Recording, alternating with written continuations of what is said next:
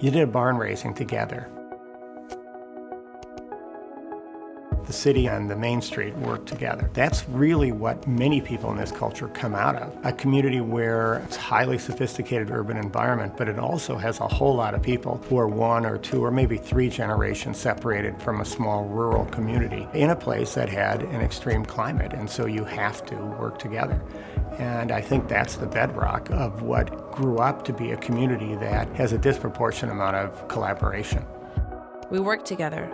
We take pride in helping our fellow nerds, and we do it because it's in our bones.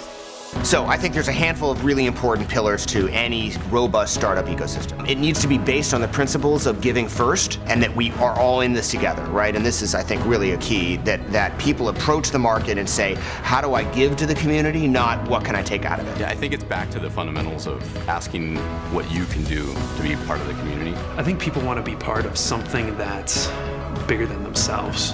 From everything from the Minnesota Cup to MHTA to online publications like Tech.mn to Minibar, Startup Weekend, all these different organizations, they're all working together. Our Fortune 500s locally have become increasingly engaged in the community, so I think that's got a great momentum behind it.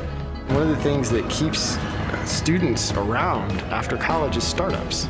The more that big companies incentivize the startup community, the more students will stick around, the stronger the tech scene will be for the big companies and for the startup. This is a place where you can either start up or settle down. You've got an incredible amount of opportunity from a flourishing startup community. You also have an incredible amount of established Fortune 500 companies that are all also doing really innovative things, and you have the best of both worlds. So to me, it's bringing the technologists together, bringing the entrepreneurs to a place where they can showcase their work and get outside help and feedback through the Minnesota Cup and other venues, and then having this co-working environment. Those 3 things are the most important environmental changes we've seen, and I think it's having a huge impact.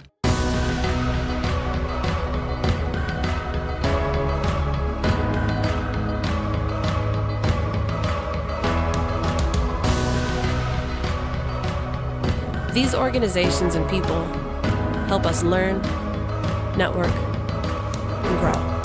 These are the key tenets for what creates a startup community, and what we're seeing in Minneapolis is all of those things are starting to happen, and they're starting to happen rapidly. It's been really exciting tracking the progress of the tech scene in Minnesota over the past 5 years and really getting to be a part of that through local partners like Coco.